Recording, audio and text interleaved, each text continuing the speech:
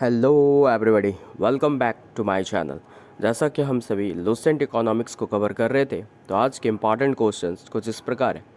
भारत में कितने कॉल दर हैं?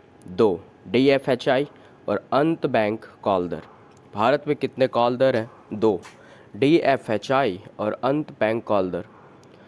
कॉल दर बैंक दर से ऊपर या नीचे हो सकती है। कॉल दर जो है वो बैंक दर से ऊपर या नीचे हो सकती है। DFHI द्वारा निर्धारित दर सामान्यतः बैंक दर से ऊपर होती है।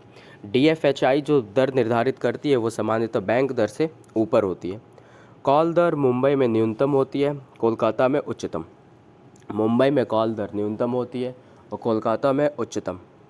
अल्प अवधि की प्रतिभूति जिसके माध्यम से सरकार उधार देती है क्या कहलाती है? Treasury bills. अल्प अवधि की प्रतिभूति जिसके माध्यम से सरकार उधार देती है क्या कहलाती है? Treasury bills. ट्रेजरी बिल्स का निर्गमन किसके द्वारा किया जाता है? RBI के द्वारा। ट्रेजरी बिल्स का निर्गमन किसके द्वारा किया जाता है? RBI के द्वारा। RBI कितने दिन की ट्रेजरी बिल्स निर्गमन करती है? 91 या फिर 364 दिन के लिए। RBI कितने दिन की ट्रेजरी बिल्स निर्गमन करती है? 91 या 364। ट्रेजरी बिल्स की न्यूनतम राशि कितनी होती है? 25,000 या इसके गुणक में।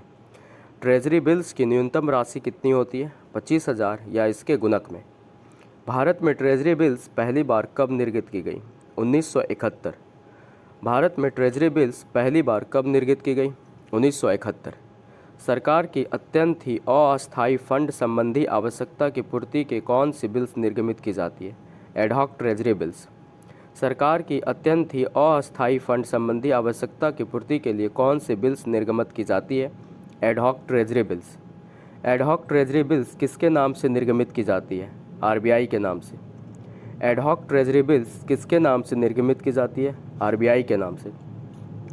एडहॉक ट्रेजरी बिल्स की शुरुआत भारत में कब की गई? 1955 में। एडहॉक ट्रेजरी बिल्स की शुरुआत भारत में कब की गई? 1955 में। एडहॉक ट्रेजरी बिल्स को कब बंद कर दिया गया? 1997-98 में। एडहॉक ट्रेजरी बिल्स को कब बंद कर दिया गया? 1997-98 में। मनी मार्केट म्यूचुअल फंड्स की स्थापना कब की गई? 1992 में। मनी मार्केट म्यूचुअल फंड्स की स्थापना कब की गई? 1992 में। भारत की सबसे बड़ी म्यूचुअल फंड संस्था कौन सी है? UTI। भारत की सबसे बड़ी म्यूचुअल फंड संस्था कौन सी है? UTI। एक ऐसी व्यवस्था का बाजार जिसमें छोटे निवेशक निवेश कर सकते हैं तथा मौजूद प्रतिभूतियों का आसानी से क्रय कर सकते हैं क्या कहलाती है? Stock exchange. एक ऐसी व्यवस्था का बाजार जिसमें छोटे निवेशक निवेश कर सकते हैं तथा मौजूदा प्रतिभूतियों का आसानी से क्रय कर सकते हैं क्या कहलाती है? Stock exchange. कुल निर्गमित पूंजी का वह भाग जो शेयर धारकों द्वारा खरीदा जाता है क्या कहलाता है? अभिदत्त पूंजी। कुल निर्गमित पूंजी का वह भाग जो शेयर धारकों द्वारा खरीदा जाता है क्या कहलाता है? अभिदत्त पूंजी। कंपनी द्वारा लाभांश की घोषणा किस पर की जाती है? अभिदत्त पूंजी पर। कंपनी द्वारा लाभांश की घोषणा किस पर की जाती है? अभिदत्त पूंजी पर। सेबी की स्थापना कब हुई?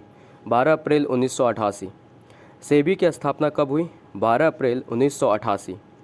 सेबी को वैधानिक दर्जा कब प्रदान किया गया? 30 जनवरी 1992। सेबी को वैधानिक दर्जा कब प्रदान किया गया? 30 जनवरी 1992। म्यूचुअल फंड एवं स्टॉक मार्केट के नियंत्रण के अधिकार किसे दिए गए? सेबी को। म्यूचुअल फंड एवं स्टॉक मार्केट के नियंत्रण के आधार किसे दिए गए? सेबी को। भारतीय स्टॉक बाजार का विनियमन और पर्यवेक्षण किसके द्वारा किया जाता है? सेबी के द्वारा। भारतीय स्टॉक बाजार का विनियमन और पर्यवेक्षण किसके द्वारा किया जाता है? सेबी के द्वारा। सेबी का मुख्यालय कहाँ है? मुंबई। सेबी का मुख्यालय कहाँ है? मुंबई। सेबी के क्षेत्रीय कार्यालय कहाँ कहाँ स्थापित किए गए? कोलकाता, दिल्ली, चेन्नई। सेबी के क्षेत्रीय कार्यालय कहाँ कहाँ स्थापित किए गए? कोलकाता, दिल्ली और चेन्नई। सेबी का संपूर्ण प्रबंधन कितने सदस्यों की देखरेख में किया जाता है? 6। सेबी का संपूर्ण प्रबंधन कितने सदस्यों की देखरेख में किया जाता है? 6। सेबी के अध्यक्ष का कार्यकाल कितना होता है? 3 वर्ष या 65 वर्ष की आयु तक। सेबी के अध्यक्ष का कार्यकाल कितना होता है? 3 वर्ष या 65 वर्ष की आयु तक। सेबी का अध्यक्ष केंद्र सरकार द्वारा नामित विशिष्ट योग्यता प्राप्त व्यक्ति होता है। सेबी का जो अध्यक्ष होता है वो केंद्र सरकार द्वारा नामित विशिष्ट योग्यता प्राप्त व्यक्ति होता है। नेक्स्ट विविध के टॉपिक देखते हैं, जिसमें थल सेना प्रशिक्षण संस्थान देखेंगे। नेशनल डिफेंस एकेडमिक संस्थान कहाँ है? Khadakwasla. National defence academy Khadakwasla, Indian military academy Dehradun, Indian military academy Dehradun, infantry school Mhow, infantry school Mhow, artillery school Deolali, artillery school Deolali, national defence college New Delhi, national defence college New Delhi, defence service staff college Wellington, defence service staff college Wellington, armoured centre Ahmednagar, armoured centre Ahmednagar, थल सेना का प्रधान chief of the army staff होता है, थल सेना का प्रधान chief of the army staff होता है, थल सेना का मुख्यालय नई दिल्ली में है, थल सेना का मुख्यालय नई दिल्ली में है, थल सेना को 7 कमांडों में बांटा गया है, थल सेना को 7 कमांडों में बांटा गया है।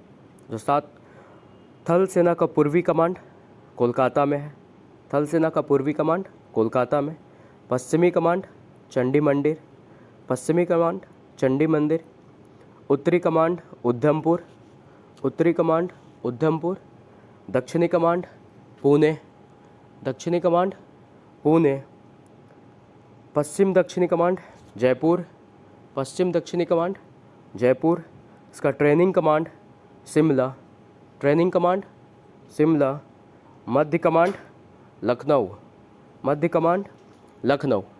Thank you. नेक्स्ट है आपको नेक्स्ट वीडियो मिल जाएगा। अगर आप इस चैनल पे नए हैं तो चैनल को सब्सक्राइब कर दीजिएगा और शेयर करना मत भूलिएगा। Thank you.